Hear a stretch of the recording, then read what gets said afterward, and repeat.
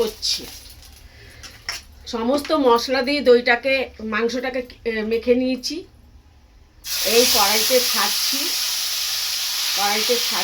সমস্ত দিয়েছি মশলা, ধনে জিরে কাঁচা লঙ্কা আদা রসুন দই দিয়ে আগে মেখে রেখে দিয়েছি।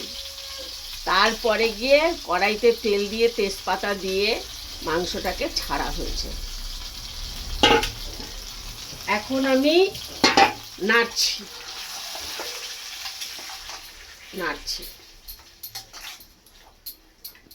নেড়ে আমি 5 মিনিটের মতো ঢাকা দিয়ে দিচ্ছি। তারপর বন্ধুরা আবার আমি 5 মিনিটের বাদে আসছি। বন্ধুরা এখন আমি ঢাকনা খুলছি, খুলে মাংসটা দেখছি কি পজিশনে আছে। মাংস ফুটে উঠেছে,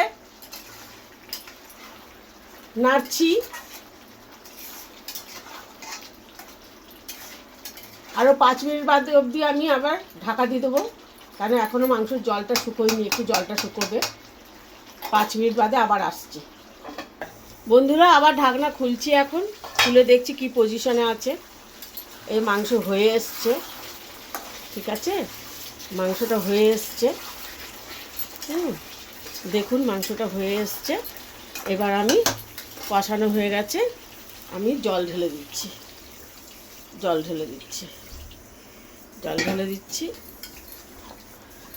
মাংসটা 10 মিনিট বাদে, ঠিক 10 মিনিট বাদে আমি নামিয়ে নেব।